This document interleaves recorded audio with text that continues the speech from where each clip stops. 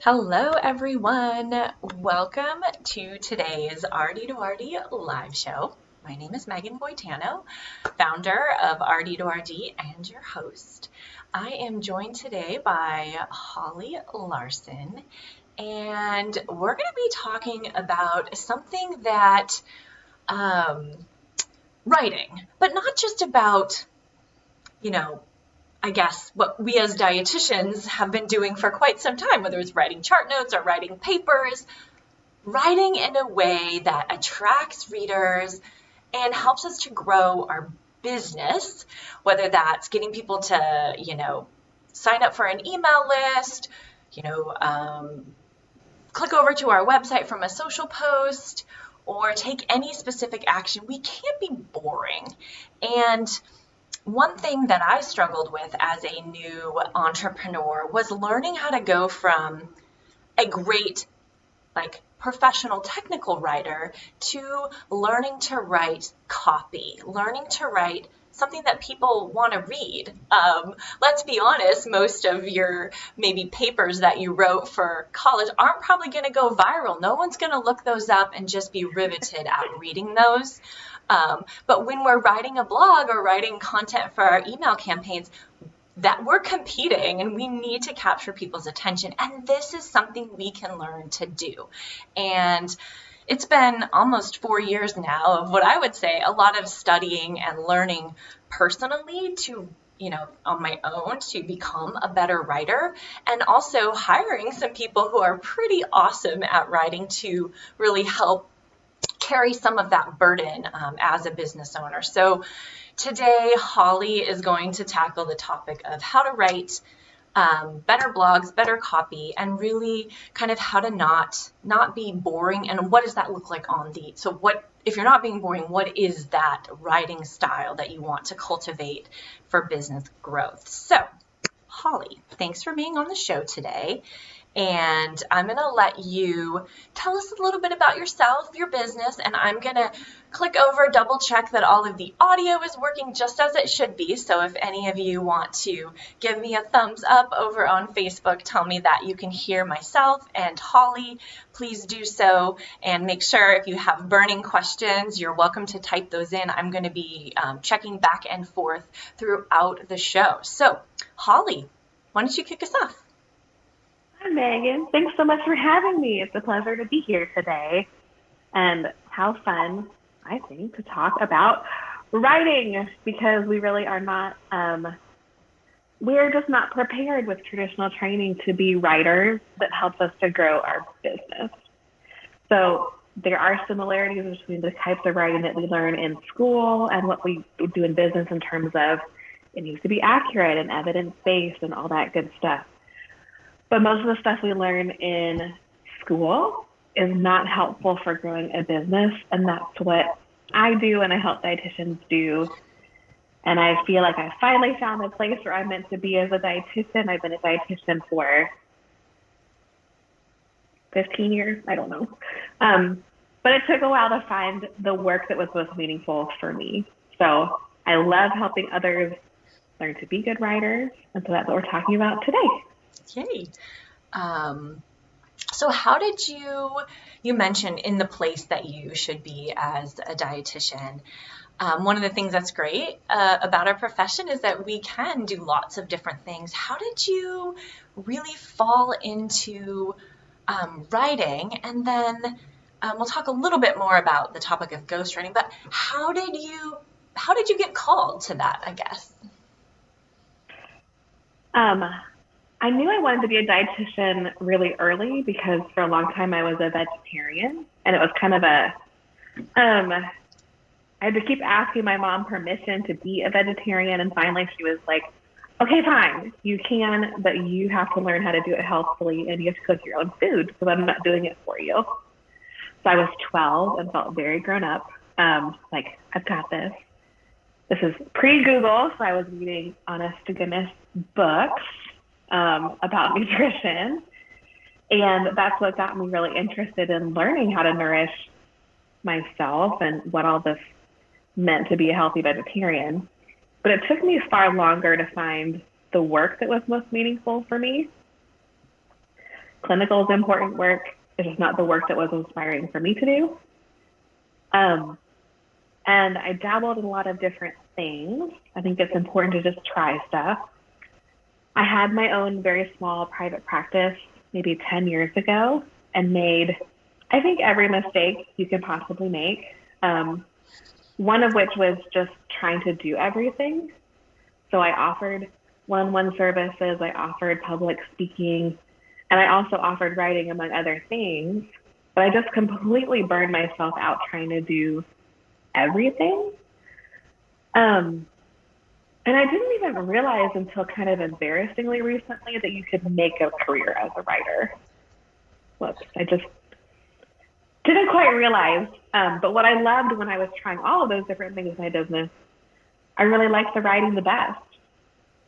And so learning to grow my own business and helping other entrepreneurs to grow their businesses, it just feels really fun to me. Yeah. I think that that's an interesting point you make about realizing that you can make a career and enough money to sustain yourself as a writer, as a dietitian. And, one thing I've shared is that you've been ghostwriting the RD2RD blogs for the last 18 months. And that means that ghostwriting, which I had no idea existed, was where I put my name on it as the author, but I've hired you to actually write the blog content itself. And as a business owner, you mentioned before that burden of like, I can't do it all. And I'm the first to say I don't do it all. Like I don't write my own blogs. I did for a while, but you have to learn, right? What is the parts of your business that you enjoy? And I feel so blessed that, Holly reached out and we connected and been a great fit for RD2RD. But I think there's a need, right, for dietitians who felt similarly to me, where maybe I'm doing a lot of my own writing, but where I see my business going, that's not something, it doesn't mean I don't like writing or I'm not good at it, but I think there's a lot of opportunity on this ghostwriting, as well as, of course, I still do a ton of writing. So I think we have this weird concept of, if I outsource my writing, I'm not writing. All I do all day long is writing. There's some of it I'm able to offload, but writing is a part of running a business, whether you're writing your own blogs or you're writing your own email copy. There's so much of it to do. So I was hoping you might explain a little bit more about ghostwriting and contrast that with, what we might think of I'm a blogger, and to kind of for people to understand and why the type of work that you do. So yes, I've loved writing your stuff, and being a ghostwriter kind of feels like playing dress up almost, because each business owner has their own voice and who they're trying to speak to. So Megan, of course, you're speaking to dietitians and other nutrition professionals. Some dietitians are working with intuitive eating clients, some are working with parents. And so the language and who they're speaking to and their preferences, are you more formal, are you more casual, are different. So for me, I feel a little bit like I'm dressing up, because I am trying to channel who you are and who you help, so that the blogs are helping your business to grow. So that's the big idea, is that we can't do everything well. We can do everything. We can't do everything well all at once. So the more quickly that you can realize the parts that you should personally do in your business and what you can delegate, your business will grow bigger and better and faster. So my work, most of my clients are dietitians. And I even had a new client recently say, gosh, I feel like it is almost like cheating. Yeah. Other dietitians really hire you? I'm like, yes, they really do, because they don't want to do it all. They want to do the work that they enjoy the most and delegate this. So by having content, most of the time I'm writing blogs or email sequences, those are the web copy. The purpose is for your client, so the dietitian's clients, to feel seen, understood, to provide value, so that my clients, the dietitians, their business can grow. So Megan, you have such a zone of genius of your what your dietitian clients are looking for and what kind of content is valuable to them, so that then I get that assignment and write it. And your dietitians who are looking to start their own businesses or to put their toe into entrepreneurship, they have the tools available because you're providing them right on your website. You mentioned an interesting thing there about playing dress up, and that voice. And I think that's one element that early on, as a writer, it can feel uncomfortable to, I think, give your own flavor to your writing as someone who has to kind of put on multiple different voices. What advice do you have for people who maybe aren't really sure what that voice looks like? What is that, and how do you really, I guess, find it? Good question. I would suggest embracing that people want to work with you, whoever you are and who you help in your business, because you're awesome. So you don't need to emulate anybody else. The more that you can show up authentically as you are, the more quickly and the more authentically your perfect clients are going to connect with you. People want to work with someone who understands them, who they think can help them. And it's like when they're reading your work, they should almost feel like, are you spying on me? Like, how do you know this? So the good writing helps to connect you with your ideal client because it sounds like you. That takes practice. It takes a while to develop our own voice. But it also takes a little bit of confidence, too, to say, I'm here, I'm able to help, I'm excited to help. And here's the scary part.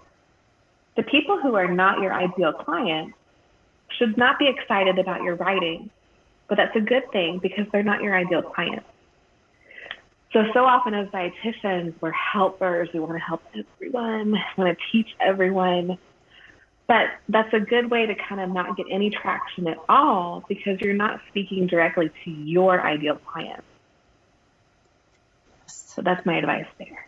I think a lot of wisdom there of it's okay to perhaps alienate someone, to tell them you're not in the right place, and that makes the people who are really know that they are. So I think valuable words there. Now, okay, I want to kind of compare and contrast. The whole topic here is not being boring, okay? So technical writing that we learned, in school, and I've often called it telling versus selling. I've done, posts on these types of things. But, we might start out, if we're talking about vegetarian nutrition, which you brought up, like nutrient deficiencies are common in vegetarian nutrition. Okay, really boring, right? Versus saying, some nutrient that, did you know it's only found in, something that's a little bit more, interesting, less technical. And can you talk about, okay, so we went to school and we learned how to write, and that's what comes naturally. That's what we've practiced perhaps and honed. I'm not saying everybody writes in a boring way, but I tended to structure my writing with kind of that summary introduction, the technical long paragraphs, making mindful of the key topics. And it's a way of writing, peer-reviewed journals that you don't get to insert a lot of voice in, being someone who has peer-reviewed journal articles published. You don't get that much flexibility in how you write. How do you go back as a dietitian without going and getting, let's say, a degree in journalism or, some kind of communications background? What are we supposed to do to learn? So I also didn't learn this in school. This is stuff that I've learned out of school. So I've done some of my own courses to learn. And part of how I learn in your niche is to get pieces of content that you really like, blogs or articles. You're like, gosh, this is just really good. And to help your brain to understand what makes it good is actually to write it down word for word on paper.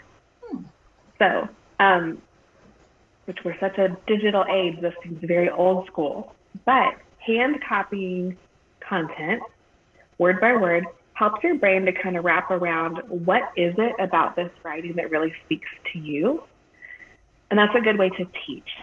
So sometimes people will say, just practice writing. And that, it's true, but that advice kind of just was like, not very specific. So as you pay attention to things that grab your attention, actually take some time, spend 20 or 30 minutes and writing them down. And that helps you to understand what you like about them. That's good advice. So I've gotten a couple of people mentioning, and I'm listening in here too, that we have a bit of an echo on you, which I'm not sure. I'm hearing it a little too, but it's probably coming through on the live stream a little bit more. We can try like going earbudless or seeing if maybe that helps. Hang tight here, people. Or we can just continue on, but I want to see if maybe we could improve it. If not, give us an audio check. We'll see. Testing 1, 2, 3. We'll see if this is any better. Yeah, we'll let people weigh in on that, and we'll kind of continue on our question list. So we can always go back, guys.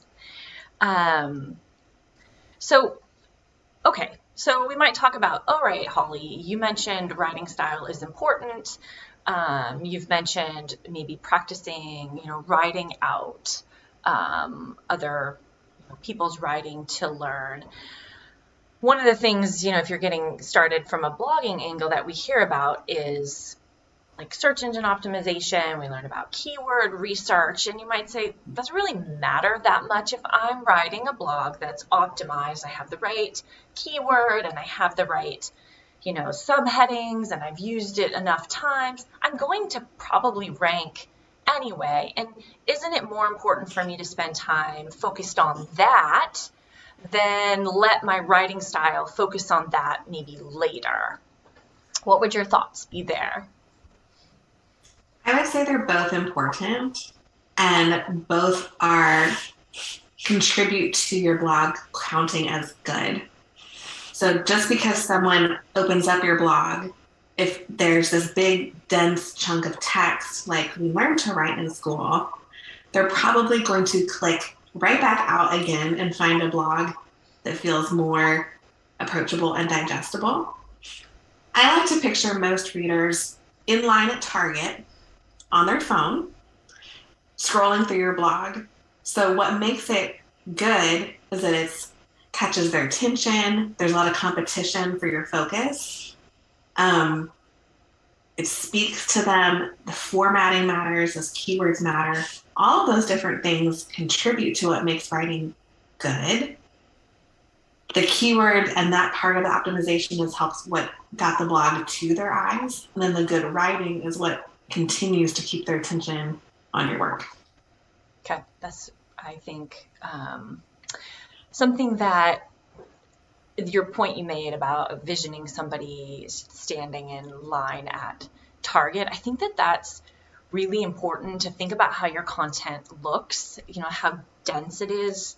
And that, me personally, my website gets almost half of the traffic from mobile on a smartphone, and even 3 sentences in a paragraph can cover an entire mobile phone screen, which is kind of puts you off when that, you're scrolling, you're like, ugh, just too much. So really being cognizant of, that content being eye-catching, and some of that is, right, that visual layout, and also, the headings, how you break it up, and are those putting in those keywords again, or just being playful if that's your style, or, interesting to keep the reader, going. And I think that's something you do really well in your writing. And one thing I appreciate that comes through is you might be covering some dense content and then kind of lighten it up with something that's maybe a little bit more playful if the content is dense, and really thinking about how you're taking that reader on a journey, right? As you're writing, what experience do you want them to have as they read your writing? So I think that there's a lot of value in what, you've said, and how you practice that. How do you, So you're doing, it can be really uncomfortable, right? When you're writing in a way that's really showing off who you are, and even more so promoting something, right? You're in your blog, and this is a great part to maybe promote, something that you offer, whether it's services or a product or signing up for your email list. I think that there's the part about writing, right? Like sitting down and getting the words out. And then there's a lot of this mental game that's going on. And I think I'd like to dive in, as someone who spends a lot of time writing, that mental battle that we're having with ourselves about when we get stuck, or what we tell ourselves when we're writing. How did you get through that as someone who, created kind of a business for themselves over writing? You had to have felt that way. Well, I still do sometimes. So it's not gone. So anytime I'm submitting new stuff for a new client or a new kind of project, I'm still working through imposter syndrome of who am I? I've just had more practice with it. We all feel imposter syndrome. Like, who am I to have a business, or who am I to post a blog? We all can. Imposter syndrome is us being nervous and our brain trying to protect us from things that feel scary. And it is scary to put yourself out there. But what's also true is we can't help our clients if they don't find us, if we don't put ourselves out there. So we're here to help. We're here to help the world be a better place in whatever way we want to work as a dietitian. And it's kind of like dating. You can't meet with your clients if you don't put yourself out there. So you're not going to impress everybody. That's okay. You're not supposed to help everybody. That's all right. And you're going to make mistakes. We all do. So there's no amount of preparation that can protect you from never making a mistake. I know we're going to talk about my course a little bit later, but to answer your question, working on your mindset is really important in all ways, but also in writing, because your mindset influences how you show up. And a lot of us as dietitians, we are so much more comfortable teaching than we are at selling, because it requires vulnerability, because it gives someone a chance to say no. And that's vulnerable. So it's just okay to acknowledge that. But what makes good content is it creates the urge for your readers to take action, to work with you.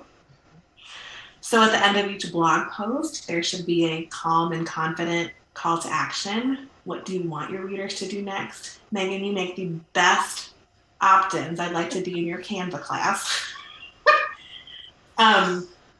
Or on your email, do you want them to reply and ask a question or make an appointment?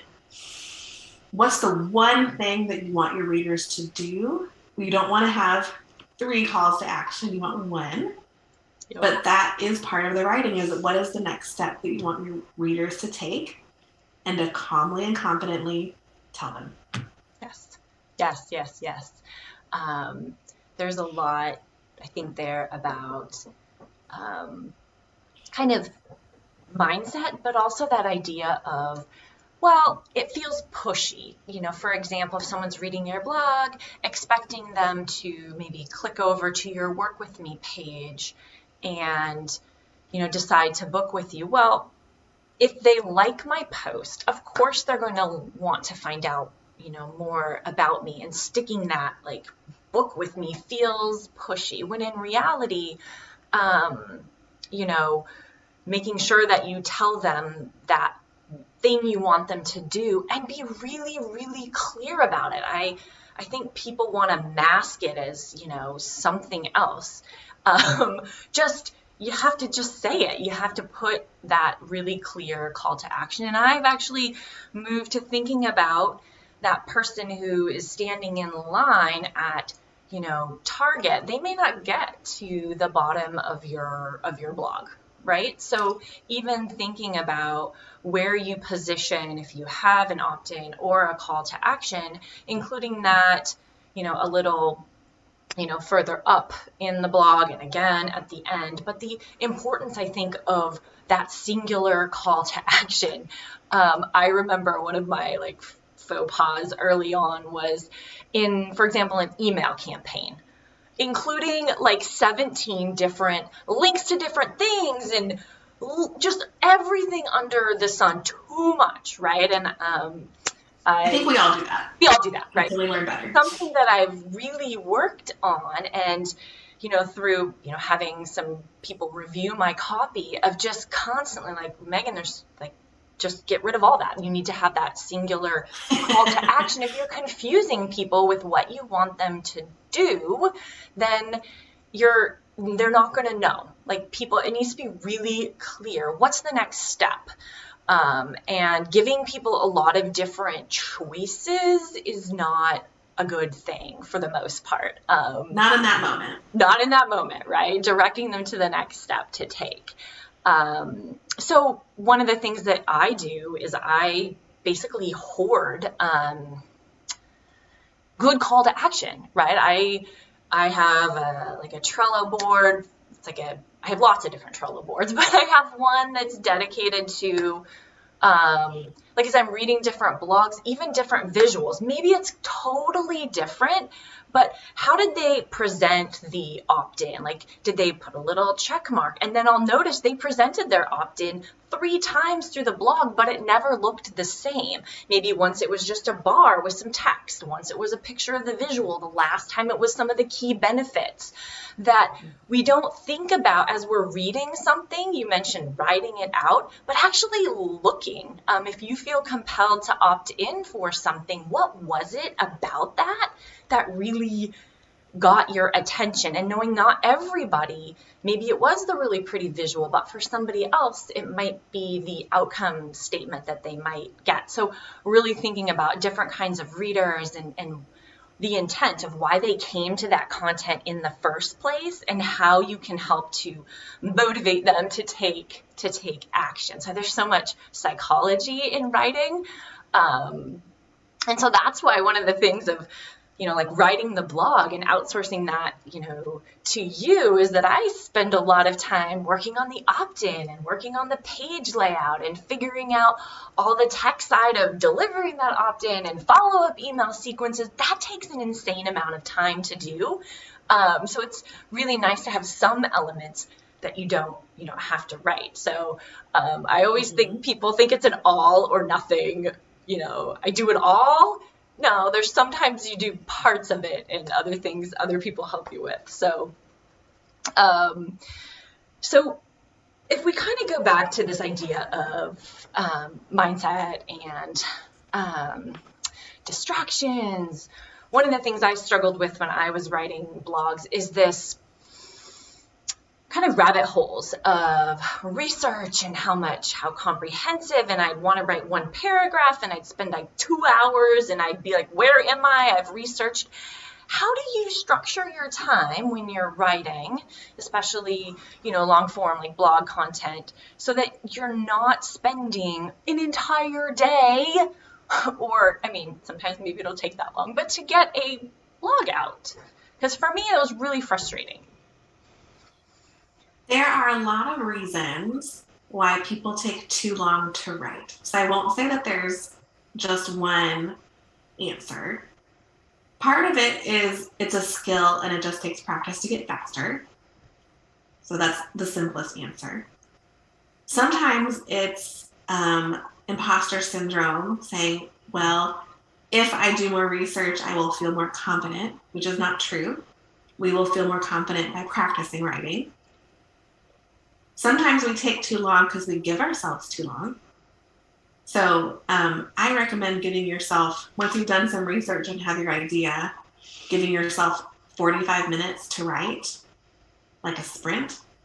Set a timer, turn off distractions, and just get as much on paper as you can. And you're not allowed to edit it. You're not allowed to leave the tab. You're not allowed to check Instagram. and just get as much down as you can and then leave it. And you'll think, God, that was awful. And then you'll come back the next day and there's actually a lot of good stuff there. But when we're not trying to write and edit at the same time, we can get a lot more words on paper. And I'll tell you, it's a lot easier to edit words than a blank paper. Yes. That was like that idea of writing in sprints, as well as giving yourself too much time. Whatever time you dedicate, you're going to fill with the task. Absolutely. That's something I think maybe many of us learned during like the pandemic and shutdowns, when we didn't have maybe as much childcare or time as we might have had before.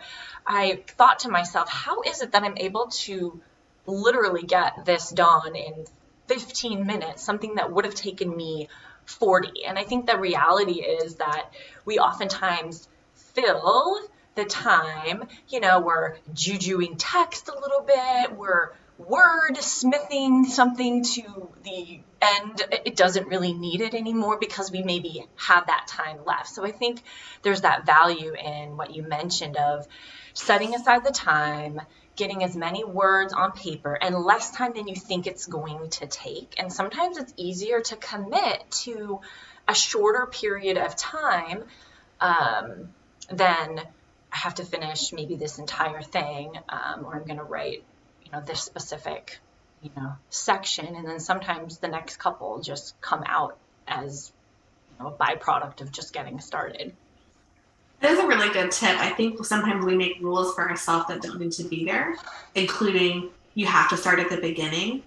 And when I guide writers through writing a draft, I say, start with a section you can write the fastest. Let's get warmed up and then fill in the rest. You don't have to start at the beginning. Sometimes the beginning is the hardest part to write. Yeah.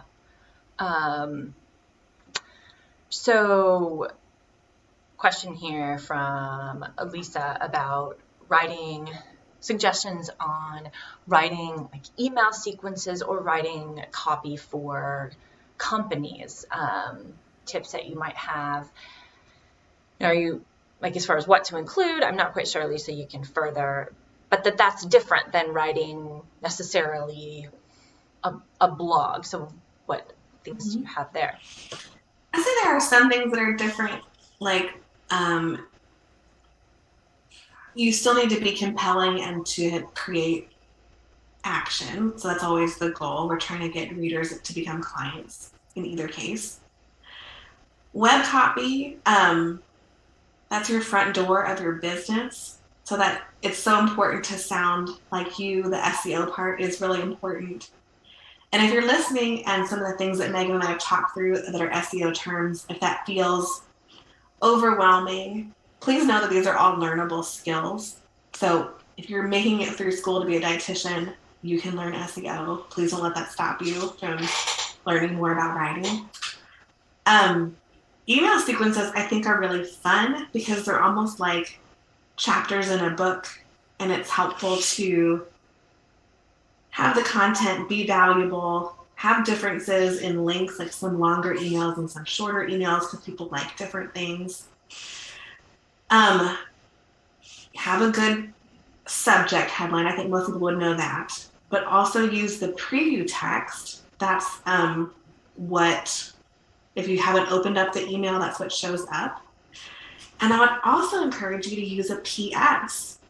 Most people, even if they skim the email, they will read a PS. So it's a good place to have a call to action. And even if you're sending an email to 17,000 people by putting in their name or asking for a reply, you can make emails feel much more personal, which is really nice. Yeah. And I think it's really important to tell people what's coming. So maybe you have an 8 email sequence, like a welcome sequence of, hello, here I am, here's my business, and so on. Give people a preview. Say, tomorrow I'm going to ask you to book a call, and here's why that's important. And then the next email shows up and it says, okay, today's the day. Let's book that call. So people It shows that you're trustworthy. It shows that you're reliable. You said what you're going to do and then you did it. Mm-hmm. And that's just one more way to build trust. Yeah. And I You had keep really good sequences too. What are your tips? Someone mentioned like someone helped out in the comments. Thank you, Trello, which is just a project management or organizational. It's pretty much where everything lives because email is a disaster, especially when you have multiple people on your team. But I like Trello because I can update it on the go. But I use for email, sequences, one thing I do is, again, just like I do for opt-ins, is I save email sequences that I think are done well. And I look at, how they were structured. I constantly save subject lines, like maybe what words did they use, what sequence were they in. Even if they're not even relevant to my industry, there's a lot of just the structure of them, of how did they, whether it's a question or kind of like a punchy statement. I think you made a really good point about the subject line and the preview text. That's something that I spend a lot of time looking at how different things performed. And we spend so much time on the content of the email, and if nobody opens it, all that is irrelevant. So it's just the fact of the matter. And so by studying what works, I also, I have someone who helps to write some of that subject line and preview text. But I actually say, this is kind of how I want it to feel. Like, this is maybe what I want to highlight in it, and, getting the words right. But also going back through and even looking at a click map. So I can scroll through, I use MailChimp, but I can actually see what percentage of the clicks were on each link throughout the email. So every single month I go through and I'm like, what is the general flow of the most important thing I want people to click on? If you look month after month after month, and it's incremental improvement, you don't go from, I had about 20% of people opening emails to 40 to 50% of people opening emails, because you're making itty bitty improvement. I didn't go from 20 to 50. I went from 20 to 25 to 28, and then I went back. I'm like, well, maybe it really didn't matter. I went back to something I've been doing before. It dropped right off again. So it's a game you play. And that's kind of what's fun about writing and email copy or blogging, or if you're sending it out to your, if it gets a good response in your email copy or your subject line, that might tell you, ta-da, this is a topic maybe you should write a whole blog about. Like, there's so much, it was a social post that did well, or something in a copy of a social post. Writing is like this fun game of, how people respond and what else could you write about that. I think it's really fun, first of all. I think so. Yeah, really fun. So before, I don't want to run out of time. So one of my favorite topics, which you mentioned before, is the call to action. So I want to just make sure we cover this topic thoroughly, because I think maybe we forgot to kind of cover a few things here. People might think of it, you mentioned an opt-in. So what are some, let's walk it back. Exactly, what is a call to action? What are some other things that you might, I guess, ask people to do, and maybe help people feel more confident adding those things into, whether it's social posts, emails, and the like? What I like to think about is keeping people in motion.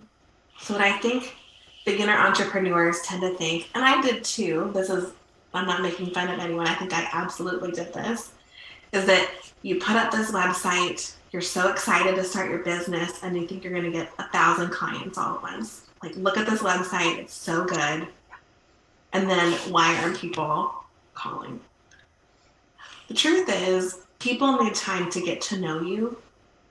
I have the number 7. I don't have a citation for it. People want to interact with you 7 different times before they're going to book with you. So each time they read a blog or then go to another blog, they're continuing to get to know you and explore, is this someone who can help me? Is this someone who's credible? Is this someone who understands me? So a call to action can be a more direct thing like pick up the phone and call me, make this appointment, a clarity call or whatever you call your get to know appointments. It also can be more subtle things. So things like throughout a blog, linking from the blog you're reading to something else. And that means they're still getting to know you. They're still interacting with you in your business. And that's much more subtle. It could also be download this ebook, download this resource, and then now they're part of your email list. That is a step forward. So people talk about a marketing funnel. You have all these people who are reading your website, and then some chunk of them become members of your email list. Some of them book a call, and of those people who talk to you, then some become clients. So you're not going to get everybody to become clients, but each time you have a nudge to move them further down the funnel to be slightly more committed to getting to know you, some of them will eventually become clients. Yeah. I like the point about, there's more subtle call to actions maybe to review other content that you might offer. And I think if someone's coming to your blog, and I do this, strategy, I say but you write a lot of that, so that your content has spokes of a wheel, right? Perhaps I have one blog that I know I can rank for from an SEO perspective because my niche is very narrow. There aren't that many dietitians out there. And so finding keywords that have any search volume, it's difficult, right? So the one that I know I can rank for, I'm going to bring them in there. But then by having subtle call to action to things that aren't really, I'm not going to be able to rank for, but read this, then what happens is people end up in other spots, for example, on the website, that allows me to then have them opt into different things on those, perhaps look at different products. So really, yes, book a call is one interesting, and very valuable call to action, but it's not the only one. And so I think you mentioned keeping people moving forward. And one thing that we've done is really looking at kind of not little content silos, but how do you create kind of a cluster of content that you can help people get lost in, right? So that are naturally connected to one another, which we could talk about why that's good for search engine optimization, but we can talk about it ultimately because it's good for users. And a website and content that is good for users is good for search engines. Search engines exist to serve the people searching the user. So it really, you're not feeding some random robot. They're just trying to produce good results for people, searching. So you're really looking at users first, like what, and then that dictates, of course. Anyway, but I could talk about that forever. I could talk about that forever. Anyway, now, before we wrap up, I want to make sure, I was super excited when a few months ago you mentioned you were launching a course for, nutrition professionals about writing. And, I had the chance to, preview the course. One, I know I can speak for what a great writer you are, but to preview the course as far as how you structure it with, mindset and small chunks of information and very, action focused, because that's how you get better. So I want you to tell people about the course that you offer and how it can help them.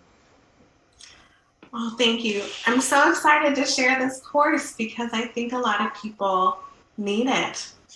There are really good courses out there to teach SEO. There are really good courses out there to teach business. And I just didn't see a good course for dietitians about how to actually do the writing. And I swear the writing skills are learnable. And it starts with a good mindset, which I think is a surprising choice for a lot of people to start a writing course with mindset. But it really influences how you show up in your writing. And then there are different skills. So one example is we tend to write using I sentences naturally. I am a dietitian. I can help you this way. This is my favorite kitchen tool, and so on.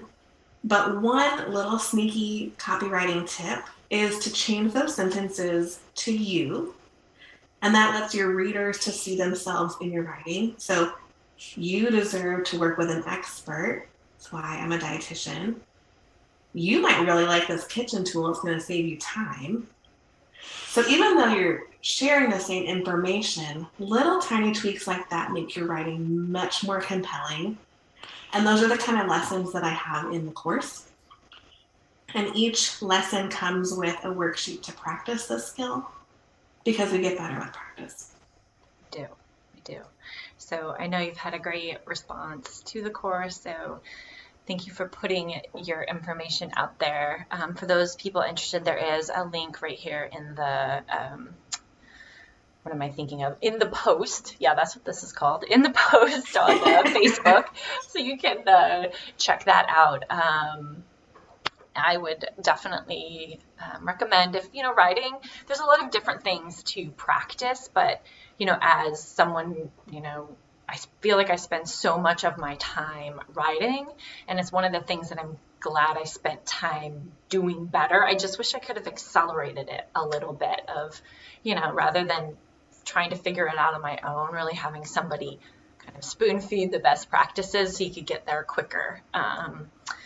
There's only so many podcasts it's great to listen to something, but when you actually have the chance to practice it and, teach the concept, practice it, then you can apply it, is really helpful. So there was a ton of comments coming in here.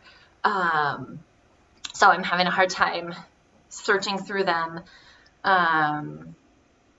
mentioning SEO about Squarespace versus WordPress, a little bit, I think outside of maybe the scope. I have had a website on Squarespace and was, able to get to top search positions for keywords. I mean, I think it kind of depends on the purpose of your website. And I'm not going to say, I'm, the expert here, but for people who plan to, run ads and monetize that way, Squarespace isn't probably going to be the best fit. But if you're running a private practice where your goal is to, book clients, there's a lot of different ways to run a website. So do you have to change? I think I would say ultimately connecting with your client and writing content that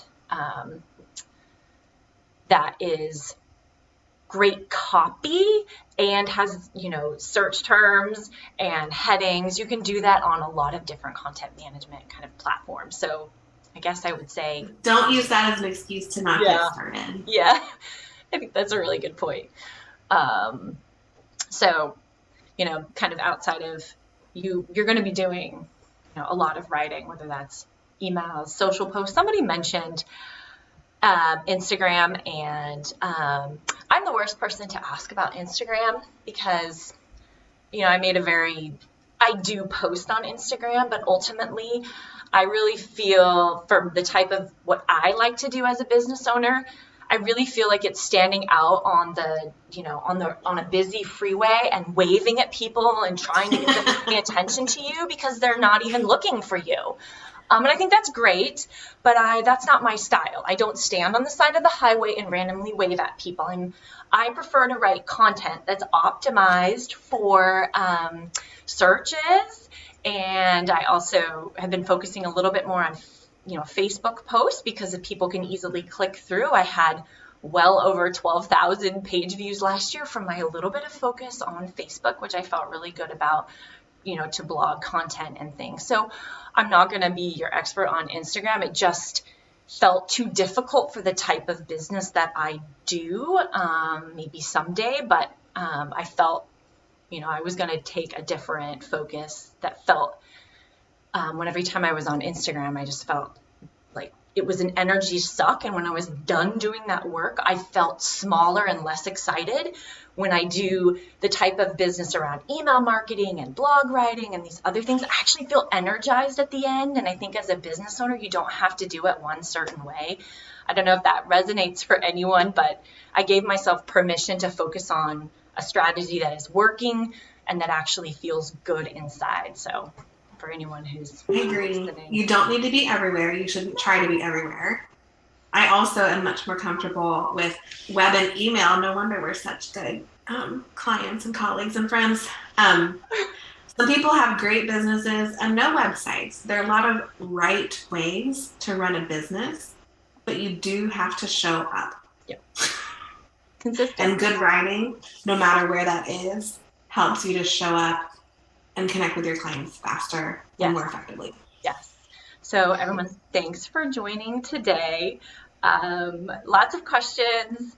I don't have time to dive in like too much into some of how I do what I do. Maybe someday I'll do a little inner workings of how I run a lot of the back end, because perhaps that might actually be interesting for people. So, but definitely, if you're interested in writing better, check out Holly's course, the writing course for nutrition professionals, and definitely just get started. Like, don't let writing be this big, scary thing, and study what's working and build on the results that you're getting, and just focus on improving. Because I think we see somebody else who has years of writing under their belt and compare ourselves to maybe the results that they're getting, that ultimately when you talk to them, they're going to tell you that their writing was horrible when they first started. So just get out there. Of course it was. It all was. As I won't say it on, live, but it's okay to write a really terrible first draft. Right, Holly? So I wanted to offer, we're offering a coupon for anyone who says there's a code RD, the number 2RD, for $55 off the course for the month of January in 2021. So depending on when you're listening. Anyone who opts into the course gets lifetime access. So I'm going to continue to add new modules and units to it. So the sooner you opt in, the longer you get everything else for free. So it's a course that will continue to grow. Yes. Thank you, Holly, for being on the show today. And for everyone who tuned in, I'll see you back in February for a really fun episode on selling meal plans, and have a guest expert who you're definitely going to want to tune into. So that'll be a good one. All right, everyone, have a wonderful January, and I'll see you back here in February. Thanks, Meg.